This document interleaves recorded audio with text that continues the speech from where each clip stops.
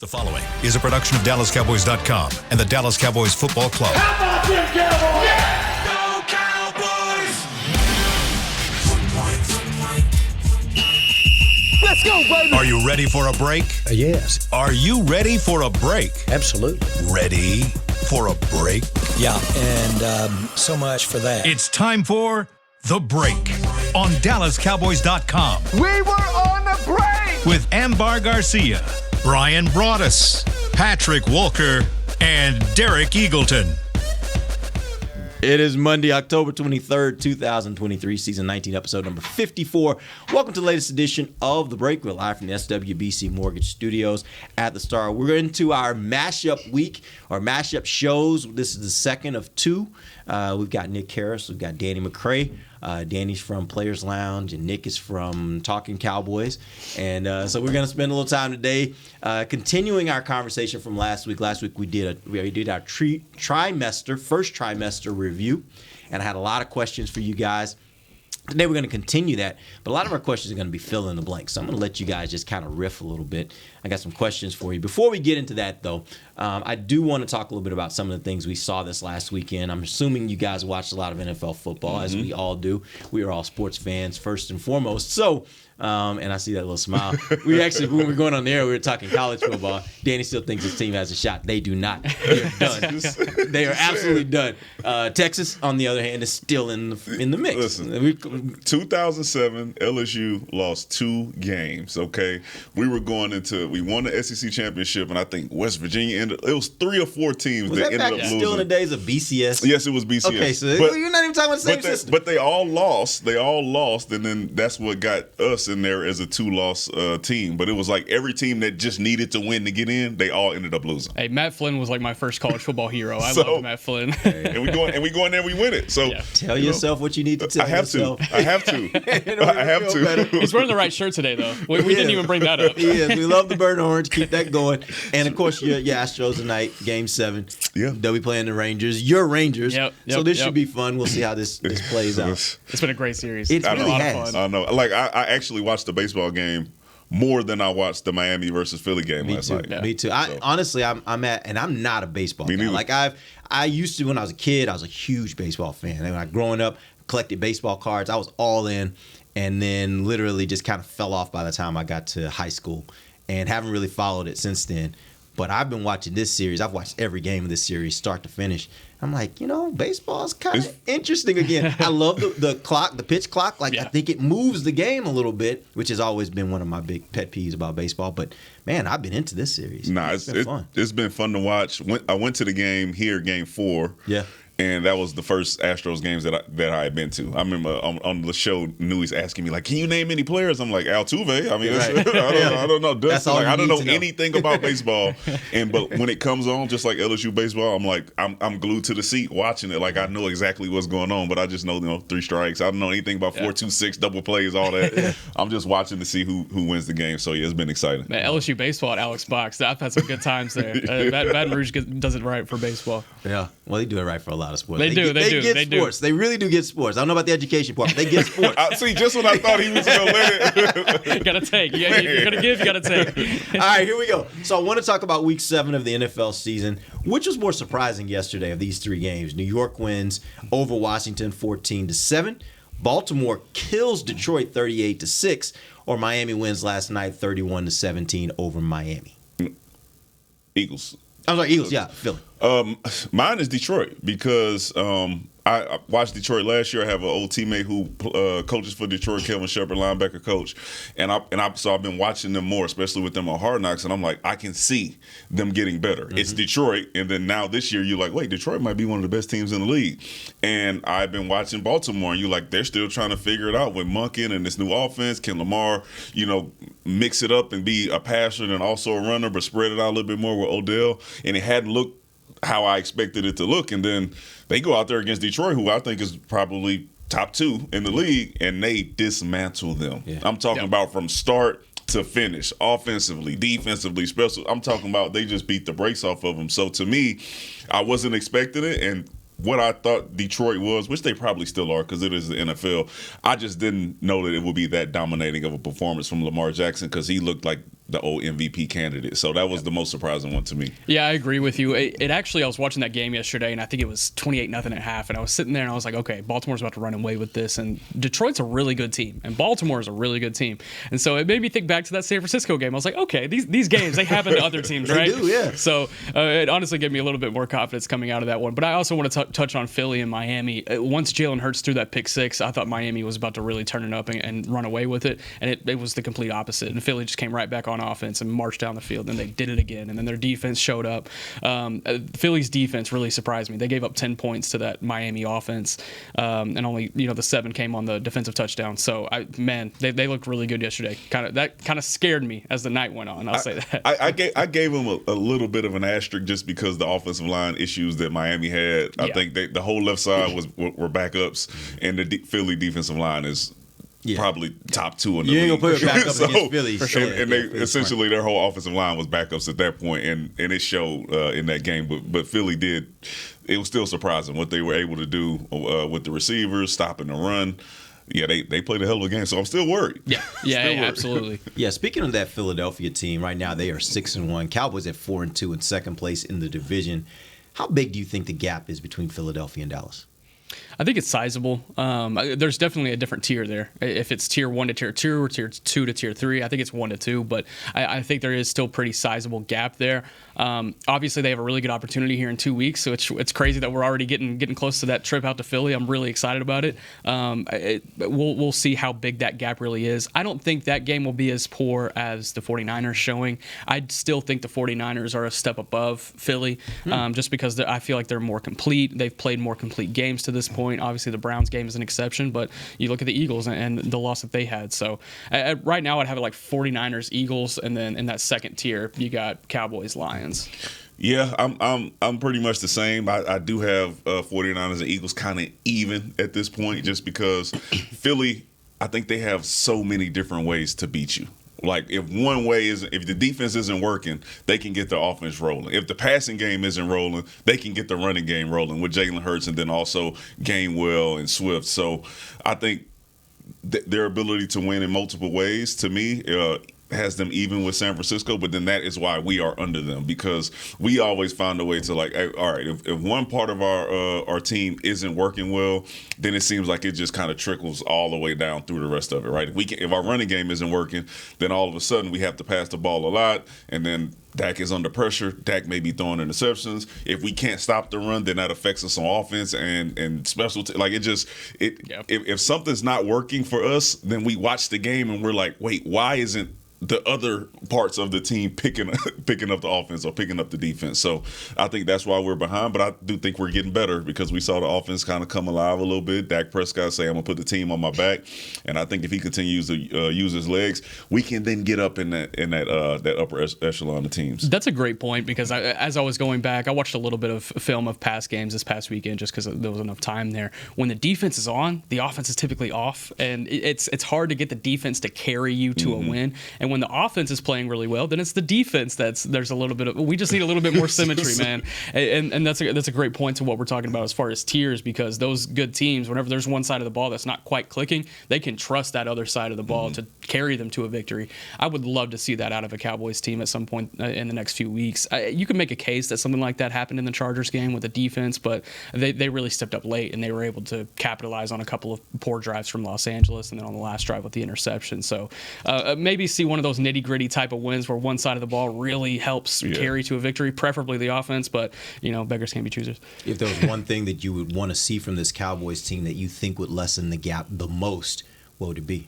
Efficiency on offense, top to bottom. I feel like there's so much left on the table with the weapons that they do have, with Pollard in the run game. I know we talked about it in the last show, just getting more creative with him in the run game, getting more of those receivers involved. I mean, CeeDee Lamb, yes, he has great numbers. He's leading the team in receiving right now, 11th in the NFL, but his potential is so much higher where he could be right now. And Brandon Cooks, that speaks for itself.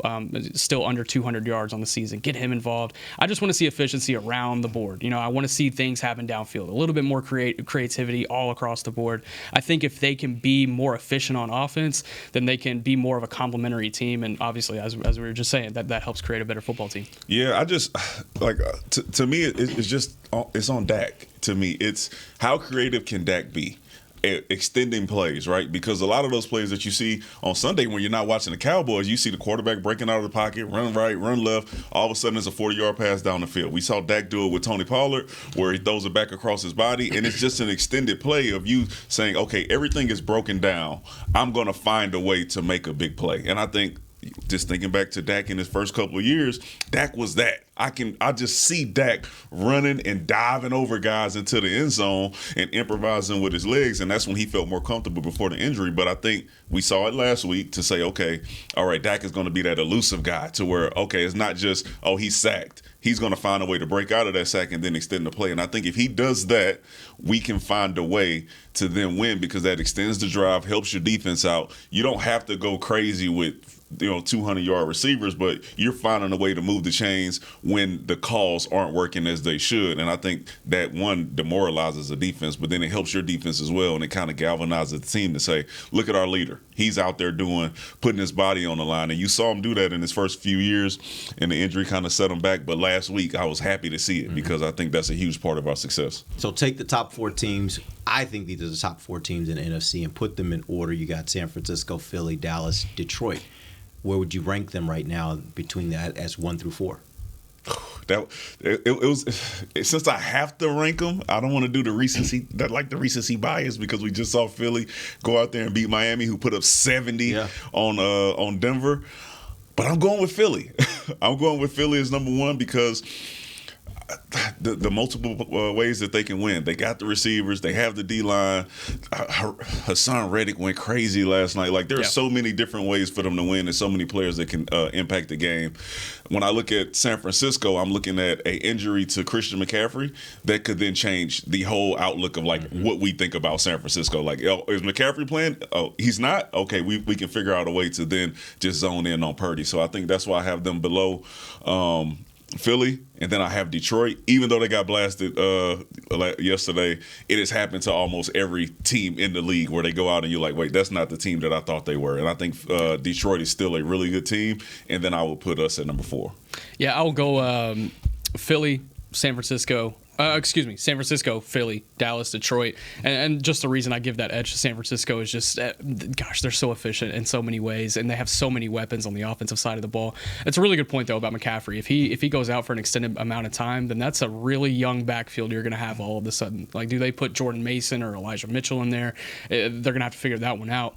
But they still have Deebo Samuel and George Kittle and Brandon Ayuk, who's taken another step this year. And on the defensive side of the ball, I think with Philly and San Francisco both, there are opportunities in that secondary to take advantage of, especially with C.J. Gardner-Johnson now in Detroit and leaving Philly.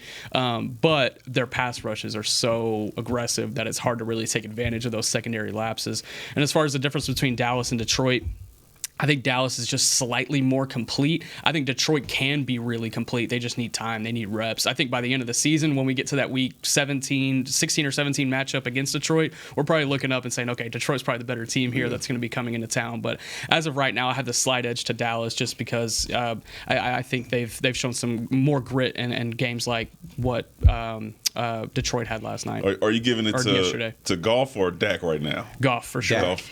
I give it to Dak. I give it to Dak because I look at how, and I'll put it like this: the way Dak played last week. If you give me that Dak, I think it's better than what Goff can give you. I think he's a better quarterback than what Goff can give you. Now, Dak, it's always been, in my opinion, with Dak, it's always been about consistency. Can you give me that same thing every week? Especially when you start talking about, can you use your legs a little bit more? Can you force teams to respect the fact that if they're going to turn their backs and run and they're going to be in man coverage, you can take off and run on them and you can hurt them like that. And if you force teams to respect that, it only makes the Cowboys better. I just don't know that Dak's going to do that every week. And by the way, I don't know if the coaches allow Dak to do that every week. And, that could be a part of this too. Is it's not just Dak's call. It could be about how they want the offense to run. But I think at his best, I think Dak's a better quarterback than Goff. I think he has the talent and the athleticism to be more dynamic than Jared Goff. As I watched Jared Goff with the Detroit Lions, I then go back to Jared Goff went to the Super Bowl. Absolutely. with the Rams. And they got rid of him. Yeah. But you're watching them now and you're saying, this guy looks like the guy who took him to the Super Bowl that season, to where St. Brown is all of a sudden, like you're looking at this guy, you're saying, wait, where is he come? This is Detroit. Yeah. And Jared Goff was 13-4, well now 13-5 over the last 17. I keep seeing that stat. He's been consistent there, and we can't forget that Detroit was Detroit. Like, we all looked at Detroit after Stafford left and was like, they're sending Jared Goff there to end his career because they have no faith in him as a quarterback.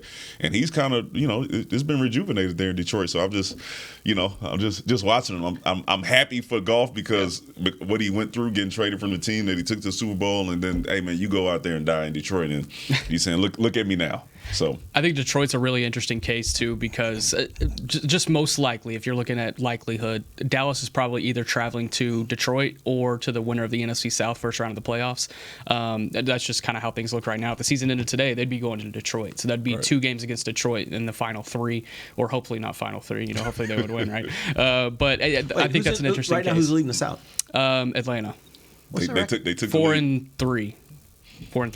4-3, and Detroit's record is 5-2, right? Yep. So Dallas, I thought Dallas would be going if they in the first round they'd be going to the South to play the South winner, right? I think they're second in the wild card right now, and they would be going to the third ranked division winner. Who's the 5th team right now? Seattle. Yes. I thought Dallas right now was the top of the wild cards, but maybe not. Let me look really quick. It'll take me like 5 seconds. But I didn't think anybody had less than 2 losses, but it might also be when you get in those tiebreakers. Who knows? It's Seattle. Yep. It's Seattle. Yeah, Seattle has a tiebreaker losses over Dallas right now. Okay, yeah. Yep. All right, that makes sense. At 4-2. Which Dallas will have a chance to. All these teams, Dallas is going to have a chance to play almost all of them. Yep. So we will find out head to head what we think of Dallas versus all these teams and how they rank up. That last month is going to be. It's going to be the next couple of weeks, and then that last month is going. Yeah, I mean, really more than the last month. Yeah. You start thinking Thanksgiving on, it's going to be. It's going to be wild. I will say that stretch where you go Philly, Buffalo, Miami, Detroit. Yesterday gave me a lot more confidence in that stretch with the way Buffalo played against New England, with the way Miami played in the second half against Philly, and then Detroit obviously against the Ravens. So maybe there's a little bit of positivity to take from yesterday. And the interesting thing about it is, as we all know, this is a sport of injuries. Mm-hmm. So by the time we get to December, a lot of these teams, including Dallas, could look very differently when you start thinking about how injuries factor in. So we'll see how that plays out as a part of this entire picture. We're going to take our first break. When we come back, I got these questions. We're going to do our first trimester review. I got a lot of questions for these guys. We'll do that in just a second. DallasCowboys.com radio. Todd thought it would be secure to jog in the cheetah savanna. Todd believed the big cat repellent he bought online was reliable. And now, Todd is trying to be faster than this cheetah that can run 80 miles per hour. But the good news is, Todd has AT&T 5G that is fast, reliable, and secure. And he learned the best thing to do is stop running and toss her the backpack with the beef stew. AT&T 5G. Fast, reliable, secure. It's not complicated. 5G requires compatible plan and device. 5G may not be available in your area. See att.com/5G for you for details. Cowboys fans, after that move, we've just coined the term Rowdy Replay. Let's roll back the tape. Okay, there's our mascot Rowdy cheering on the boys. And now he's on his phone, on his Bank of America mobile banking app? Staying on top of his finances with his virtual financial assistant, Erica. Bank of America's digital tools are so impressive. Cowboys fans just can't stop banking. Learn more at bankofamerica.com/can't-stop-banking. Erica is only available in the English language. You must download the latest version of the mobile banking app, only available on select mobile devices. Message and data rates may apply. Member FDIC. Welcome back into Dear Doctor, the show where I answer life's questions with an ice-cold can of Dr. Pepper. Sheila, let's hear from our next caller, would you? Dear Doctor, my friend supported me during a tough time, but what's the right gift that says, thanks for being a shoulder to cry on? Okay, this one's easy. I say give her a delicious Dr. Pepper. Nothing says, thanks, girl, better than a one-of-a-kind soda. Yes, any Dr. Pepper flavor will do. Now, just a reminder that I don't need to be a real doctor to know that Dr. Pepper is the one you deserve. They say champions are remembered, but legends are never forgotten. United Ag and Turf offers a winning lineup of John Deere equipment built to tackle any challenge on and off the field. Legendary John Deere tractors, combines, residential mowers, commercial mowers, compact construction equipment, Gator utility vehicles, and a full line of golf and sports turf equipment. United Ag and Turf, the official Ag and Turf equipment supplier of the Dallas Cowboys. Visit UnitedAgAndTurf.com to find a location near you. Back to the break. Rally Days presented by SeatGeek give NFL fans an experience of a lifetime the day prior to Dallas Cowboys home games. On October 28th, enjoy activities at Miller Lighthouse, get a behind-the-scenes tour of AT&T Stadium, and more. Visit attstadium.com/rallydays for more information and to get your tickets today. Welcome back. We are in the second segment of the break, live from the SWBC Mortgage Studios at the Star. Let's get into our first trimester review. We started last week. We're going to continue it this week. These are primarily going to be fill-in-the-blank questions I have for you guys. We're going to start with, I think, probably the biggest question that anyone has when they talk about the Dallas Cowboys. And here is the statement with the fill-in-the-blank. Dak's play through the first 6 games has been blank. Inconsistent.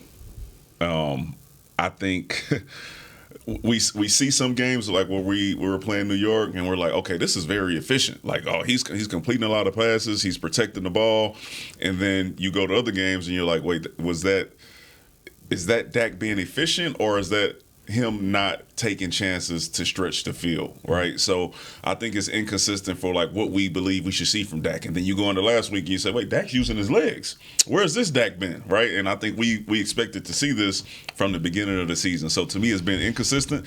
It's gotten better, but it's just been, we don't know what Dak we're going to see when we go into a game. Run me through the sentence again. I want to be grammatically correct with my answer. Dak's play through the first 6 games has been blank. Leaving me wanting more. So I that was one word. I thought, is it one word? Is it one word? No, Okay. I'm kidding. You can go as short. Hey, that blank can be a book. Right. You can go as short or as long as you want. That's why I left it blank. Okay. I was just jealous. My bad. Leaving me wanting more. Again, we've seen glimpses of what we really want to see in this offense on a consistent basis. I think it goes right into your inconsistency point. It's Dak using his legs as he did against the Chargers. A big point for me that points out to me his leg usage was against the Patriots when he escaped in the red zone and had that first down and put his shoulder down and set up a touchdown in the red zone, which was unforeseen at that time. But then downfield, we've seen the down ball action with Michael Gallup one-on-one, just trusting him in those areas and putting it in a position where only he can go grab it. I've loved to see all of that. I just want to see it more. I want to see everything that he's doing good more.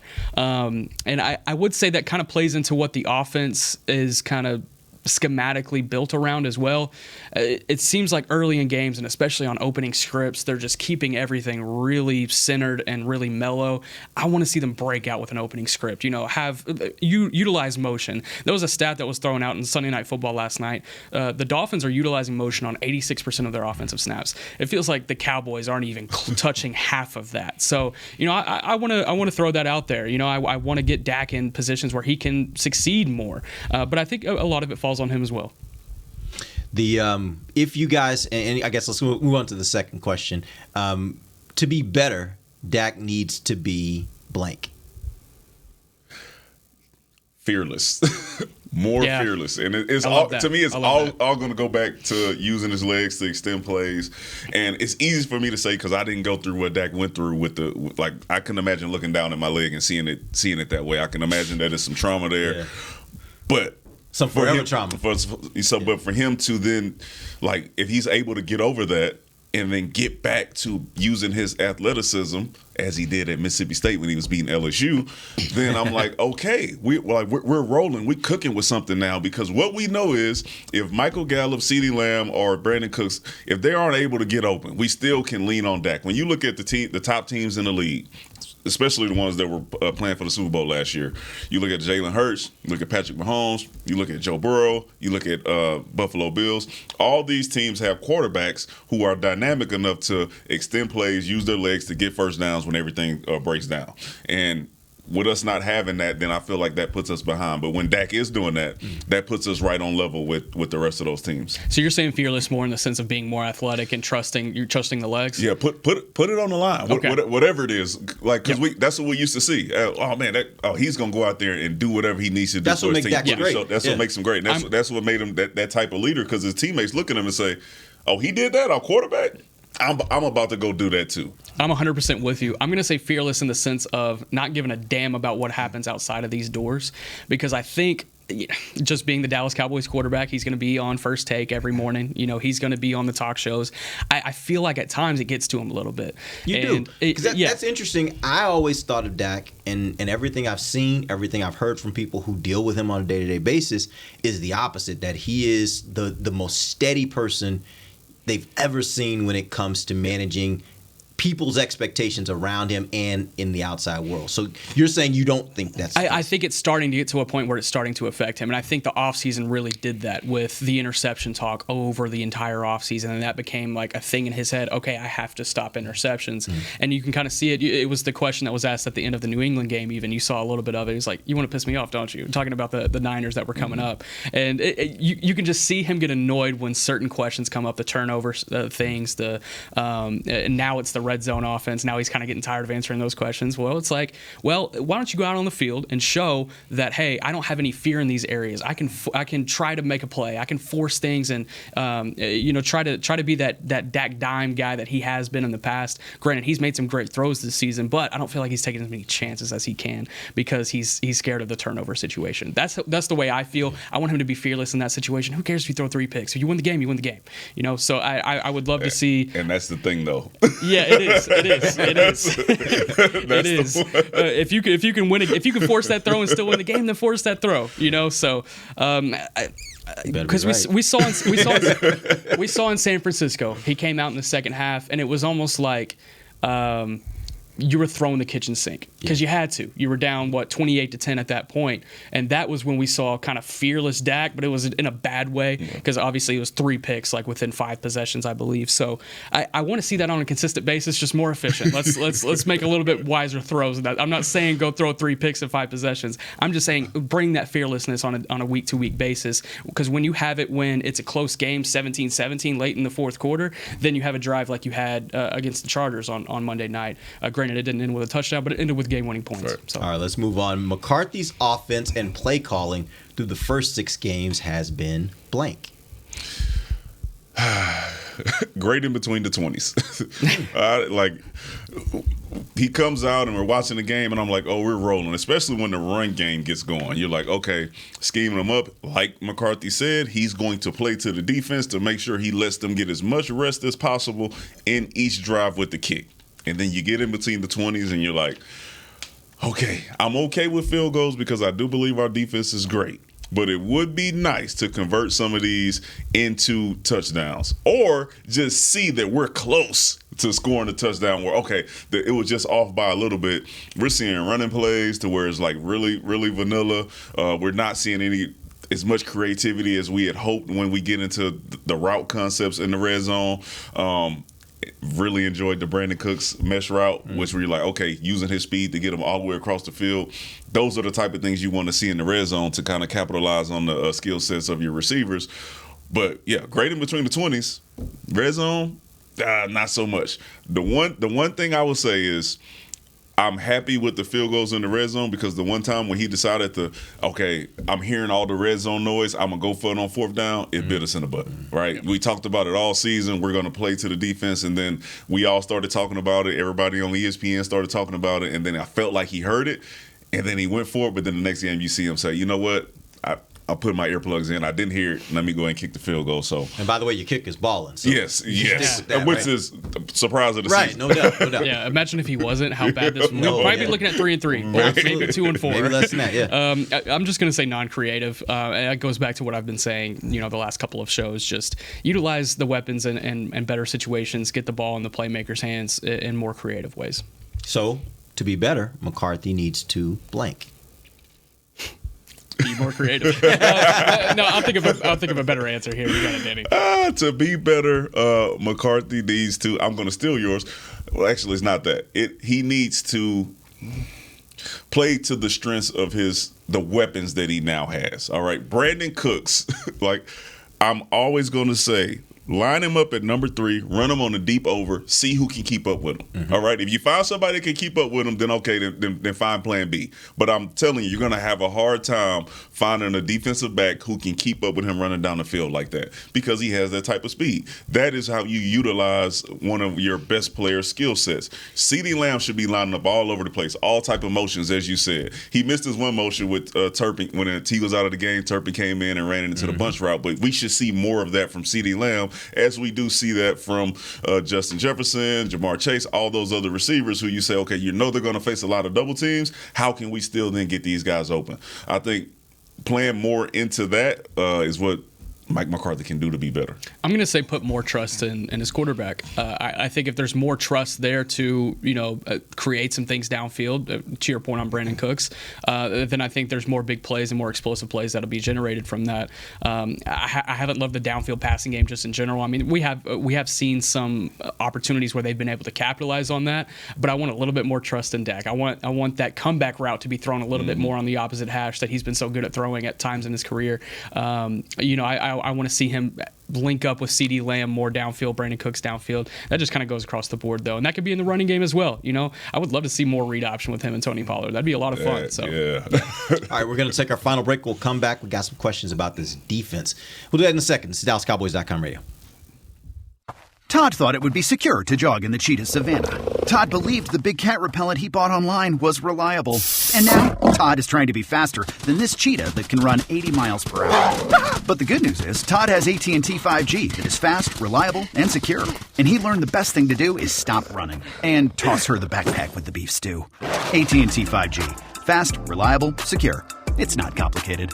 5G requires compatible plan and device. 5G may not be available in your area. See att.com/5G for you for details. Don't put off getting your oil changed, Dallas. Take 5 Oil Change. A proud partner of the Cowboys is faster than you think. There's no appointment needed and no waiting room. Yep, you heard that correctly. Take 5 is so fast, you don't even have to get out of your car. You can take advantage of Take 5's fast, friendly, and simple service at any of their locations across the Dallas area. And remember, at Take 5, you stay in your car because they're faster than you think. Take 5, the official oil change of the Dallas Cowboys. It's the official men's skincare brand of the Dallas Cowboys, Jack Black. And right now, Cowboys fans can get 15% off their $75 order. Plus, because every deal needs a playmaker, your order will include a free 5-piece skincare set and free shipping. The Jack Black Playmaker is 4 of Jack's favorites and a full-sized intense therapy lip balm. Make a play for the Playmaker at getjackblack.com/Cowboys with the code CowboysVIP.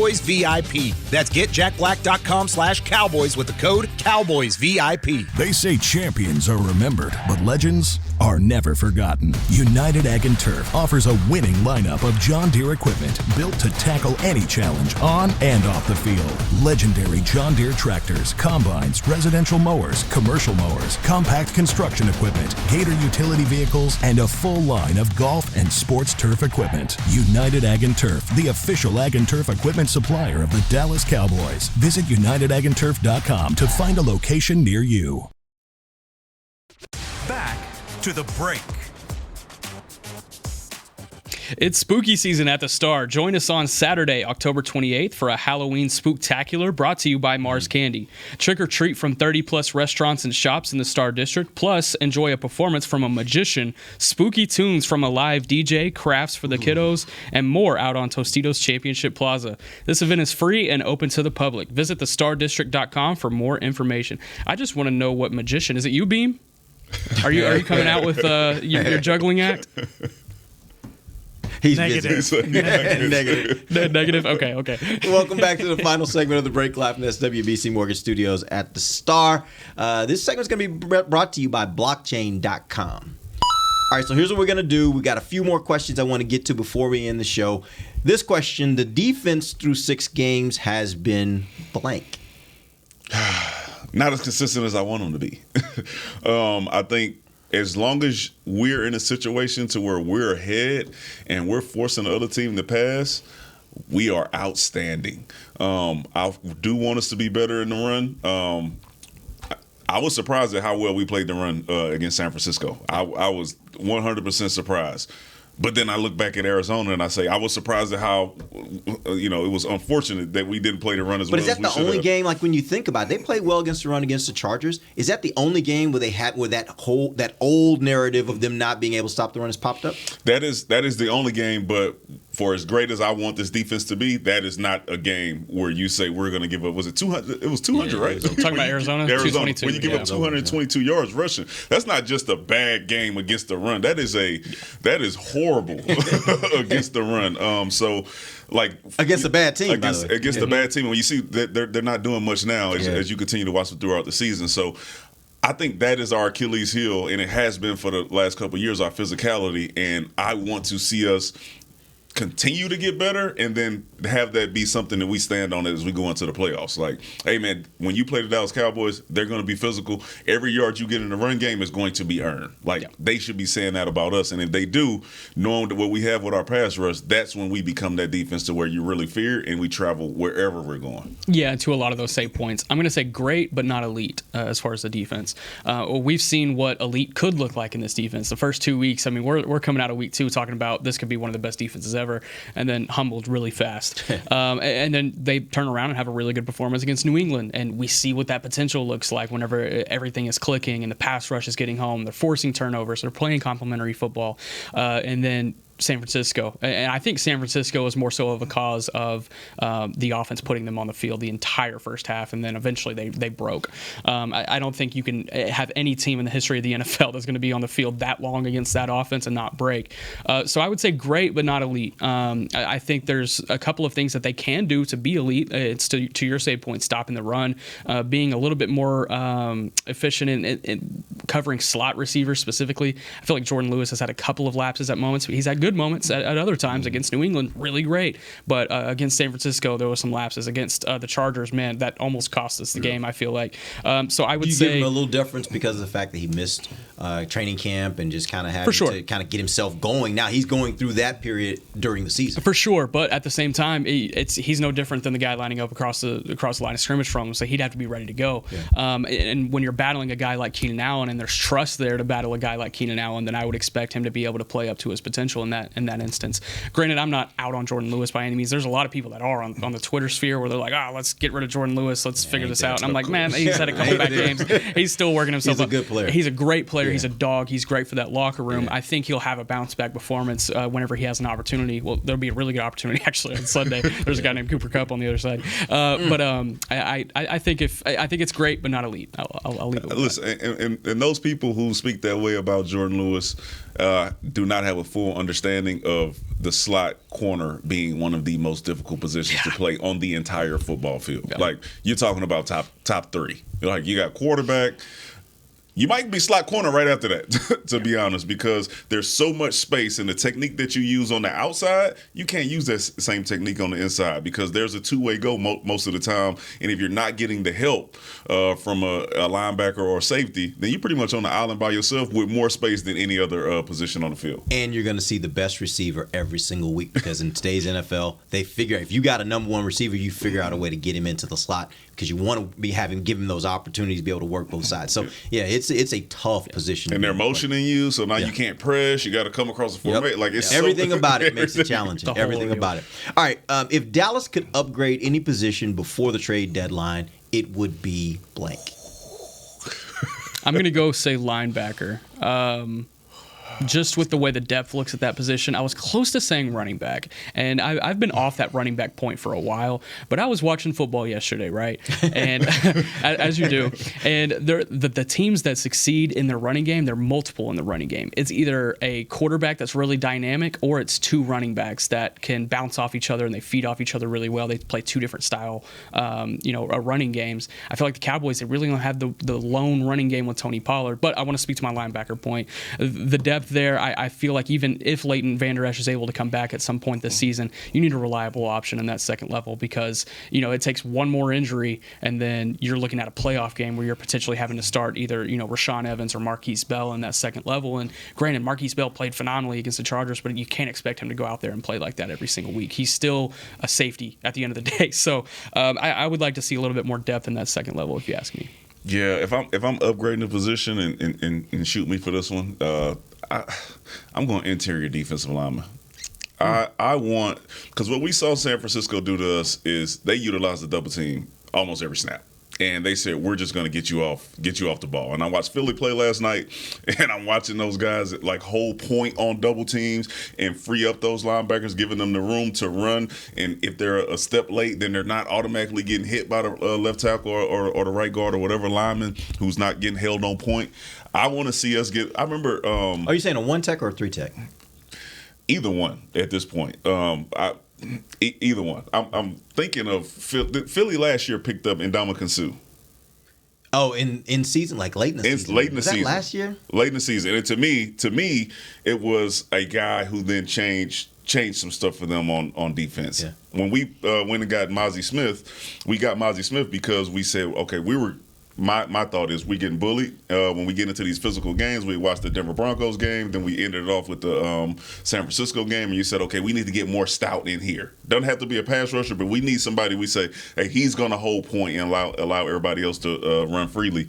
And I just don't think we have that right now. Our defensive line, especially in the pass game, is next to none. But as far as in the run game, if we were going to upgrade, I'll take interior defensive lineman. Well, let me ask you, if you could get a linebacker that's just a dominating run stopper, would that kind of fill what you're looking for at the same time, or do you want somebody up front? I want somebody up front. Okay. I want somebody up front to take on those double teams, to be a disruptor, move the line of scrimmage back, because with the talent that we have with D-Law and Michael Parsons, and then I think that allows Damone Clark to play a little bit more freely. If Leighton Vander Esch comes back healthy, I think you see a different Leighton Vander Esch when he doesn't have those offensive linemen getting pushed back into his lap. Mm-hmm. So I would rather upgrade that position. You know, it's so unfortunate. I did a lot of draft prep in the last week. This is a really good defensive tackle class, and I was like, did they draft a defensive tackle a year too early? But you know what's interesting to me though? I do think they have a disruptor in Osa. I think Osa is a good 3 technique from the standpoint. I do think he gets in the backfield. I think he makes plays for you. I think they got a good 1 technique in Hankins, who can clog things up, who can take on a double team without getting moved. I think the issue is neither one of them can give you much in the other way, right? Which may be what you're saying. Like, you got a 1 technique that can hold up, but he ain't going to give you much disruption. You got a 3 technique that can get into the backfield and penetrate and make plays, but he ain't going to necessarily hold up on a double team. Right. And so what you're saying, that you want a defensive tackle that can do both things, that can, in some instances, hold up at the point of attack to force or to allow its linebackers to be able to run free, and at the same time, on a third down, be able to get upfield and go disrupt. And I think that is both, right? Because if you don't hold a double team long enough and you have a disruptor up there, he's going to wreck the play. Yeah. Right? And if you do have a guy who can hold a double team and they have to because he's a disruptor, then that allows the linebackers to run freely. So both, but a player who has that full skill set to say, all right, we need to focus on this guy who's on the interior defensive lineman, because we don't handle him, then we don't have a play. How many of those guys exist, though? Like, when I think around the league, obviously you got your Aaron Donalds. I think Philly's got a few of those kind of guys, right? In our division, you know? Yeah, they got a few of those guys. Feels like they have like 4. You look at New York. I think you could maybe say that about the Dexter guy, Lawrence. Dexter Lawrence, yeah. Washington even has a couple of those guys. But I just don't think when you start looking around the entire league, I don't think most teams have guys that do both things well. That's right. That's why, it was imaginary, if you can upgrade. if I had an ideal world, if I could upgrade the position, I'll go, on Madden, I'll give me a guy and say, hey, you put him right. Like, that's the guy I want there. But, it is hard to find those guys.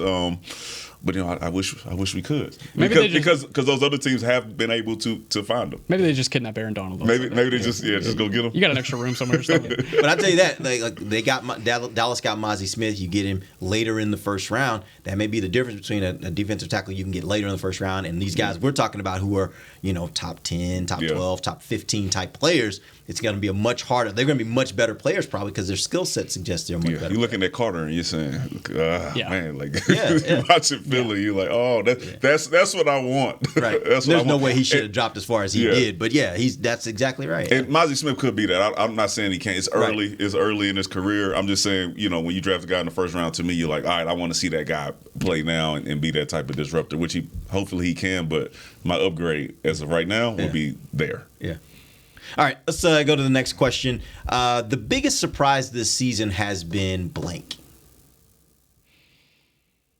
Give me Brandon Aubrey. I did not expect him to be this efficient. This and being like the safety net. 16 for 16, starting his career. If you had told me midway through training camp that that's what we'd be looking up at, I'd be telling you you're crazy. And I remember we had that very last campfire podcast in Oxnard. It was the day before we left, and Haley Sutton had proposed the question, "What's your confidence level in Brandon Aubrey right now?" And I think I maybe had the highest, and it was at like 15%. Mm-hmm. And to be where we're at right now with probably a good 95% confidence in Brandon Aubrey every time he steps out there, that's a huge surprise to me. So I'm just going to say that. Leave it positive. Well, since you went positive, I'm going to go the opposite. Go ahead. Because we brought up the kicker early. You started. No, I'm kidding. You didn't steal it. It's It's the lack of production from Brandon Cooks. Before we go into that last game, he had under 100 yards through 5 games of the season. Yeah. And you watch Brandon Cooks at any other team that he's been on, and he's been more than serviceable if he has a quarterback. And even with Houston last year, I think he had 650-something yards, something like that. And they were in a 2-quarterback system against us, right? So and the most dysfunctional team in the NFL. So no matter who he's been around and what team, he's been productive. And then to make it 5 games through the season and only have 72 yards, that is the most surprising part, especially from what you were hearing coming out of training camp of like, okay, he's fast. He's bringing a different type of leadership to our wide receiver room as well. But the connection with him and Dak, you're going to see it early. And you just didn't see it, just knowing how fast he is and how productive he's been. And it's interesting, during training camp, every day in practice, you saw them going downfield a lot. And I was actually, that's what I've been shocked by, is in camp, you couldn't have told me that this would be a team that is taking its shots downfield more regularly, especially with the guys you got, the speed you got on with guys in your receiving core.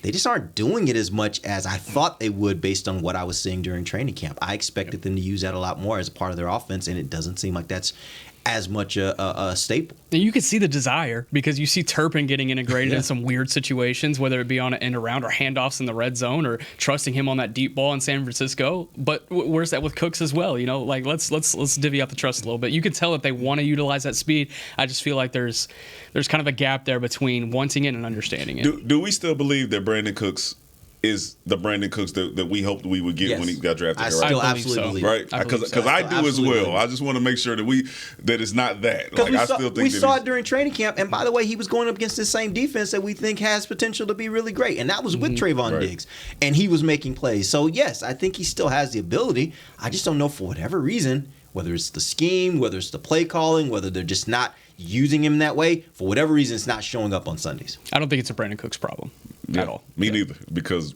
I can't watch what he's done at every squad and be like, okay, all of a sudden he got here and then he just lost everything. He's only 30. It's not like he's like late in his career. Right. You know, everyone talks about him being the seasoned veteran. He's just turned 30. He's Dak's age, you know. So all right, we appreciate you guys joining us. We're back to our normal schedules tomorrow. Man, I appreciate you guys coming and sitting in with me. It's been good. It's been great. We've had some great conversations. Now y'all go back to your show. All right. We appreciate you guys. Show. No, you guys got great shows. Not the best show. No. This is hopefully a good opportunity for people that may not have known about your shows to now know, hey man, this is some good stuff. Go check Quick out pub. Go ahead and tune in to Talking Cowboys, 9 a.m., the best show here on the Dallas Cowboys Radio Network. We get it done. We have fun. We got 4 guys who have really good opinions. Come on, pop in, give us a shot. I like it. Do that. All right, we appreciate you guys joining us. Until tomorrow, from Nick Harris, Danny McCray, I'm Derek Eagleton. This has been The Break, live on DallasCowboys.com radio. This has been a production of DallasCowboys.com and the Dallas Cowboys Football Club. How about this, Cowboys?